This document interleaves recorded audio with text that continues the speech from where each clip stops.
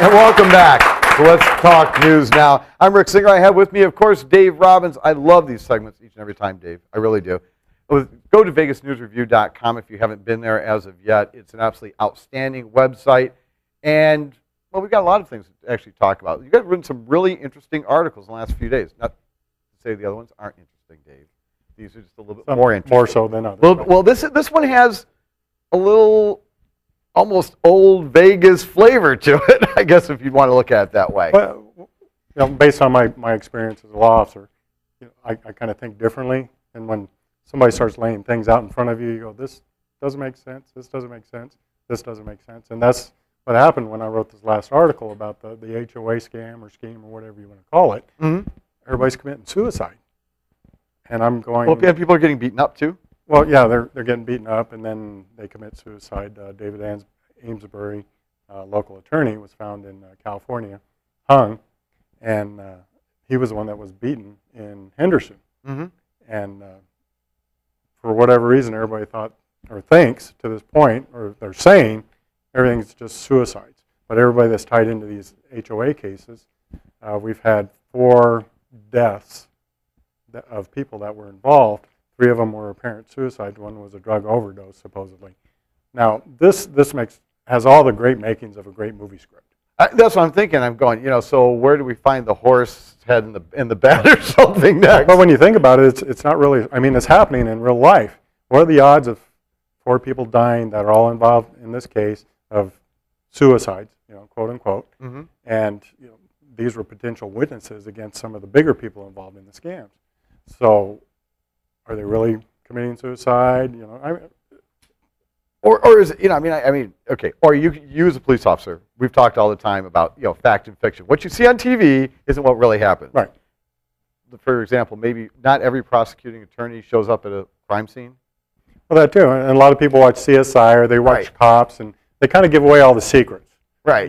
So if you want to kill somebody, you put the little rattlesnake in the mailbox, or that kind of deal. I mean, are people learning from this? And I mean, there's hitmen. We know that. Are they good? Yes, they're great. Can they make it look like an accident? Sure. I'm not saying that happened, but it's just too bizarre that for a paper crime, much less. And this is where I guess I'm kind of getting to with it. Is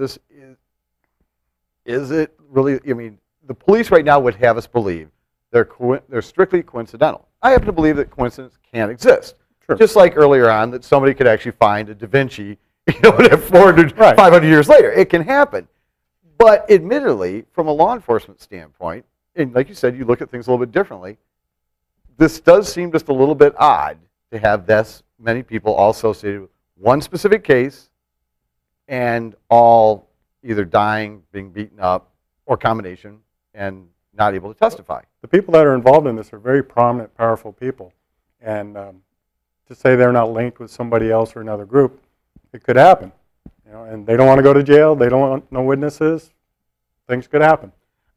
One of the other things that you were kind of sharing with me is that usually, sometimes people will commit suicide because they don't want to face a big prison term, especially if they've otherwise lived a very affluent life, and the idea of going to this life is so repugnant that they would end up saying, look, it's just not worth it. I'm not going to spend the next 20 years or the rest of my life in prison. You're talking about some people that are involved already in the law process. I mean, we're talking attorneys.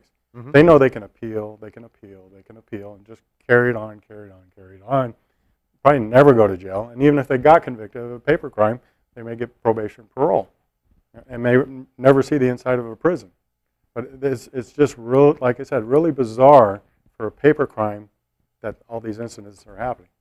So the premise is that, if I've got it right, is that tendency with paper crimes is it's not something you're actually going to end your own life over, because it's just the penalty's probably not going to be so significant. Right. Even if you get convicted of a paper crime, you go to prison, everybody says, what'd you go to jail for?